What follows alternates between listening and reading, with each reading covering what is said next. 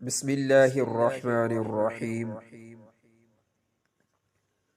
شعبان المعظم کے آخری دن کی خوبصورت دعا۔ رمضان المبارک کا آغاز اس خوبصورت دعا سے کیجیے۔ انشاءاللہ پورا سال آپ کے گھر خوشیاں ہی خوشیاں ہوں گی۔ اللہ تعالی سب کو خوشیاں نصیب کرے، آمین یا رب العالمین۔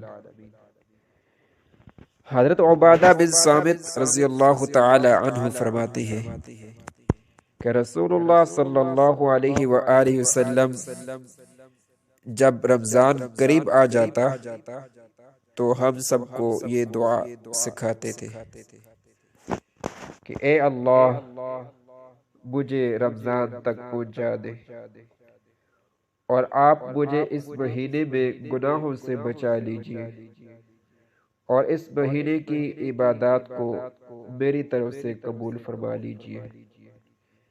اے اللہ، رمضان کا مہینہ قریب آ گیا، بس آپ اس مہینے کو میری سلامتی کا ذریعہ بنائیے، اور مجھے اس مہینے میں گناہوں سے محفوظ فرمائیے، اور میری طرف سے اسے سلامتی والا بنائیے۔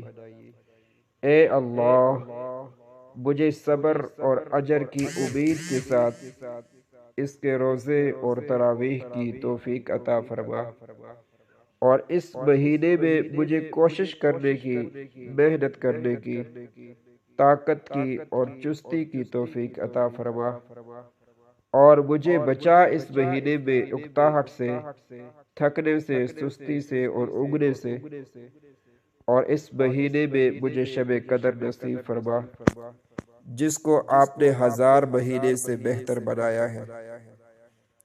اے اللہ، ہمارے اوپر رمضان کے مہینے کو امن، ایمان، سلامتی اور اسلام، عافیت، بیماریوں کی دوری کے ساتھ، اور نماز، روزے، تلاوت قرآن کی مدد کے ساتھ بنا کر شروع فرما۔